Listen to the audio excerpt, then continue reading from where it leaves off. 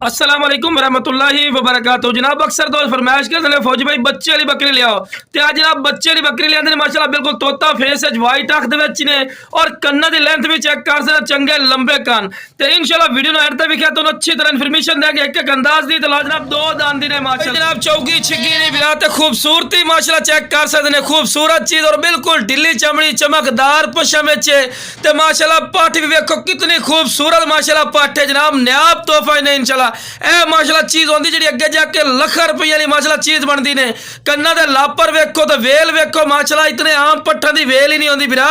और माशाल्लाह इस टाइम भी जी पट्ठ है जनाब 20,000 रुपए की पट्ठ है लेकिन तुम वीडियो ला रहे तो इतना सस्ते पैकेज देवांगे थोड़ी सोच तो भी कम राइट थे इंशाल्लाह तो लो जनाब मावा दियाँ दोवें इकट्ठियां खड़ी करके भी खा रहे हैं कि इको जिहा कलर और खूबसूरत माशाल्लाह चीज ने तो लो बिरा चारा भी खवा के भी खा रहे हैं माशाल्लाह कि तुम्हें पता लगे कि सेहतमंद और एक्टिव है पी हर तरह की माशाल्लाह गारंटी उसी तो खूबसूरत चीज ने माशाल्लाह अयालियां को जनाब ये चीज ले आंदी ने तो जनाब जी थले पट है माशाल्लाह वो इस टाइम दुध भी पींदी है ठीक है लेकिन चारा भी बिल्कुल खांदी और इतनी एक्टिव और तेज है पी माशाल्लाह जिंदी सोच नहीं तो बकरी के पैर बनने क्योंकि फिर तो वीडियो बना के भी खावनी दी है इस करके जनाब पैर बनने तो ला जनाब माशाल्लाह पट वेखो माशाल्लाह कितनी खूबसूरत माशाल्लाह चीज ने तो चारा भी कमदी है इंशाल्लाह अल्लाह के फजलो करम नाल जितना माशाल्लाह पट का दुध है दिन च माशाल्लाह चढ़सी तो माशाल्लाह पट भी वेख सकते हैं माशाल्लाह बकरी पहले सूरज माशाल्लाह लंबी गर्दन दे विच ने और चंगी वेल है तो पट वेखो माशाल्लाह हुसन दी शहजादी ने माशाल्लाह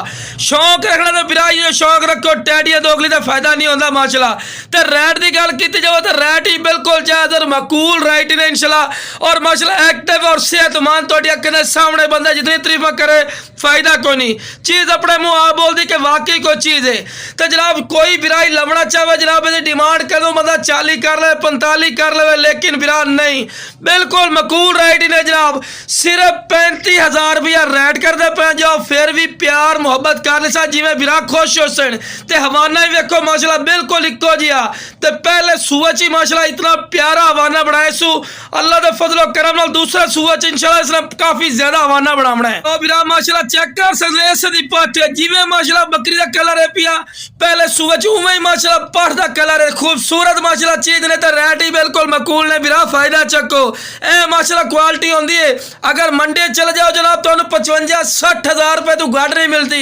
लेकिन 35,000 रुपया रेट तो फिक्स कोई बाटा रेट नहीं है इंशाल्लाह तुसी कॉल करे थोड़ी कॉल की कदर फौजी गोट फार्म कर सी और बिल्कुल मुनासिब रेट दे सी जनाब फायदे का सौदा ही नहीं तो लो जनाब टोर फेर के विखा रहे तो पता लगे कि माशाल्लाह कोई लंगड़ी या लूली नहीं तो जिस बिरा चाहिए जनाब स्क्रीन पर नंबर चलता फिर इससे रब्ता कर